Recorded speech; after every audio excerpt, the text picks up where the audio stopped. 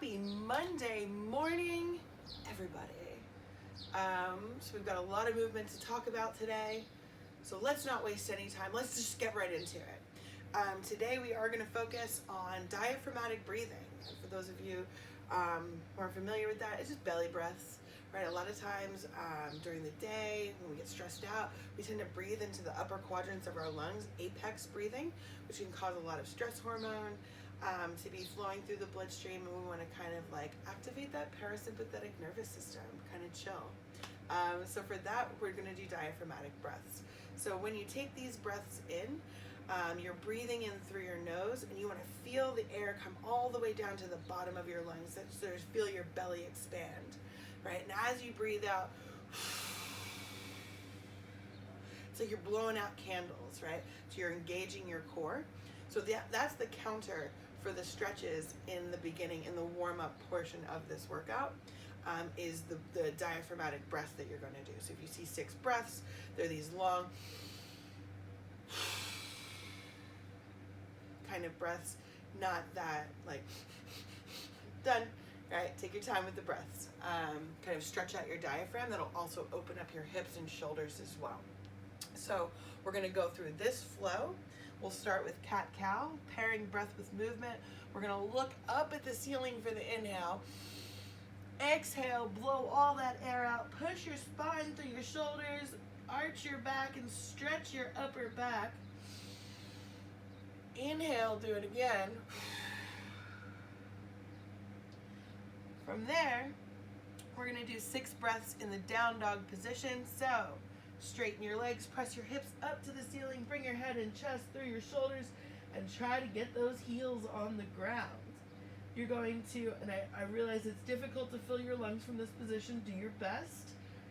6 breaths here. With each exhale, I want you to deepen that stretch by bringing your head and chest a little bit further through your shoulders, and then trying harder to get your knees straight and your heels down on the ground. From there, we're going to bend one knee, press into the opposite heel for some down dog walks. The idea behind these walks is to stretch out that posterior chain, so all of these muscles right here. So you're leaning into each stretch. From there, walk your hands out, come into your high plank position. We've got Spider-Man T-spine rotation, so your right foot comes up to your right palm. We're picking up that right hand, twisting towards the up knee, and letting your eyes follow your hands each time. You've got 6 on each side for that. It's a little bit of left, just so I'm not uneven. Boom. From there, we're doing inchworms in place. So that's hands only inchworms, right? So you're going to walk your hands back to your feet, keeping your knees straight. Get your hands as close to your feet as you can. Cross your arms, flat back, stand up, squeeze your glutes at the top, lower back down, keeping those knees as straight as possible. Walk out, slight rounding through your upper back. Boom. So you've got six of these bad boys. From there, you've got the toe touch squat. So you're going to bring your feet a little bit wider than your hips, probably about as wide as your shoulders, maybe a little wider than that. So you're going to keep those knees straight, right? Grab your toes, pull your butt down to the ground with elbows inside your knees, right? So don't try and do this awkward thing. Keep them inside. Bring your hands to your chest, gently pressing on your knees with your elbows so you can stretch your hips out a little bit more. Right arm up, left arm up. Stand up, grab your toes, pull your butt down, hands to your chest, right arm up, left arm up, stand up, grab your toes, pull your butt down, hands to your chest, right arm up, left arm up, stand up. Lots of fun.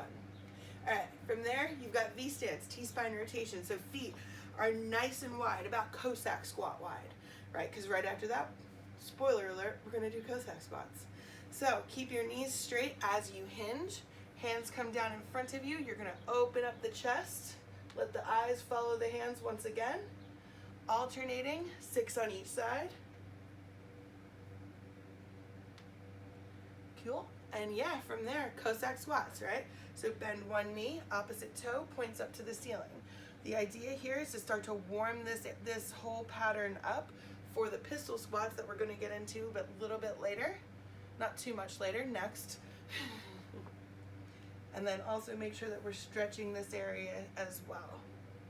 Cool. So that's your warm-up.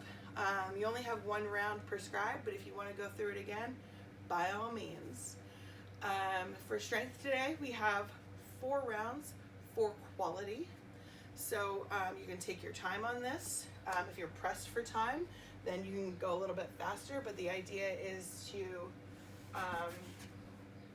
definitely like take your time, focus on good movement and strengthening up the pattern, because you will have a WOD coming up after this that includes pistol squats, so all the squats. First up, you have 8 on each side, goblet Bulgarian split squats. It's really funny because I wrote Bavarian split squats on my whiteboard today. Guess you guys know where my mind was at this morning. Anyway, so Bulgarian split squat simply means that this back foot is elevated. So the rear foot elevated split squats.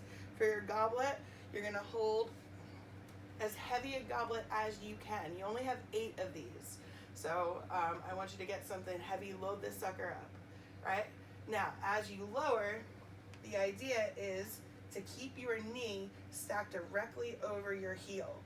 Right? It doesn't matter if your back knee touches the ground. The point of this is to get full range of motion here at this front leg, this working leg. So you want to get the hip on line with the knee, and the knee to stay pretty much directly over the heel. So it looks like you're sitting straight back, just like for a pistol squat. Right? Notice as I raise, my knee never comes into full extension, but it gets kind of close. All right, so you got 8 on each side for that. From there, you have single leg deadlift with an ipsilateral load. So ipsilateral just means that the load, the external load is going to be on the same side as the working leg, right? So try to keep your knee as straight as possible, back as straight as possible, and then try to keep your chest up high. You don't have to touch the dumbbell to the ground. The point of this is to get head, shoulders, hips, and heel on a straight line, okay? But pretty much your hamstrings are going to tell you how low you can go. So when you start to feel that pull from your hamstrings, that's when it's time to change directions. So you'll have 8 on each side for that. From there, pistol progressions. Yay, we finally made it. I'll let you guys do curtsy squats today. I know I was like anti-curtsy squats last week, but you can do them today, right? So the standard for the pistol, right? Lower down. Extend your arms in the direction of your working leg. Pull them back to your chest as you raise. Right? You can also do the eccentric step downs that we practiced last week. Right?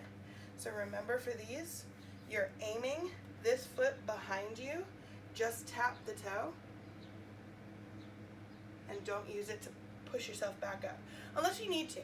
Unless you're like, I'm stuck here, there's no way I'm getting back up. Cool, give yourself a little boost. Okay? You can do the butt target. You can use your couch. My couch is a little bit out of camera range, so I'm going to use my handy coffee table here. All right? Extend the arms in the direction of the working leg. Tap your butt. And then come forward. Or your curtsy squat. So this foot goes behind, right?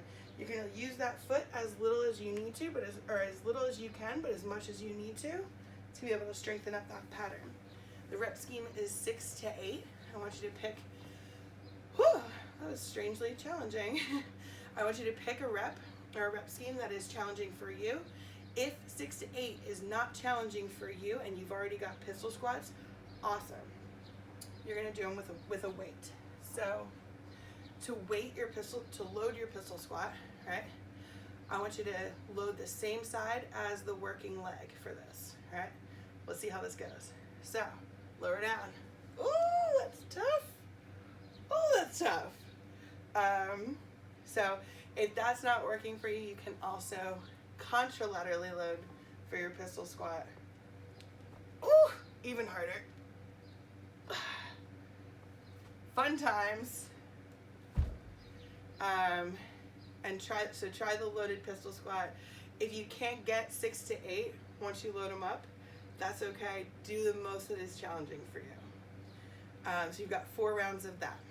From there, you have an 18-minute AMRAP. You guessed it, 10 alternating pistol squats, right? So for this, if you don't have pistols, I want you to do a variation of pistols that allows you to move quickly. So the idea here is to keep the heart rate up high as much as we can. It's going to lower down a little bit with the pistols because it's a more skill-focused kind of movement. So, right, you're just coming up, going to the next. If you're doing curtsies, then you're going down, switching to the next, right? From there, you have 18 sit-ups. So I'm going to use the butterfly position for this. Lie back, hands above your head. Use the momentum of your arms to propel you forward, getting your shoulders past your hips and back down. Boom. On your feet, 20 air squats.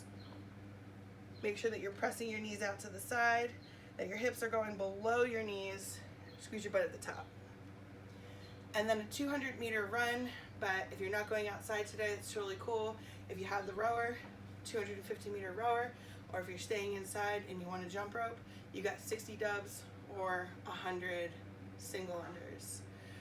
Let's talk about your booty burn real quick. So you can do this without a booty band, but it's not going to hurt as much. Be as effective. So for your booty band burn, you're going to want this thing right above your knee or right below your knee. If you notice that once you start to do your knee abductors, that the thing's like rolling up and coming all the way up here, that's okay. Just put it right below the knee, right at this bony process. Just don't have it on the knee joint itself. So for that, you've got, oh, come on. There we go. So glute bridge. For this, I want your heels pointed, or your heels on the ground, toes pointed to the ceiling, right? Your feet should be about hip width. Your knees should be slightly wider than hip width. Palms on the ground, face down. You're going to press into these for support. Squeeze your butt. Curl it up and under to create a straight line from knee to hip to shoulder, right? Back down. Boom.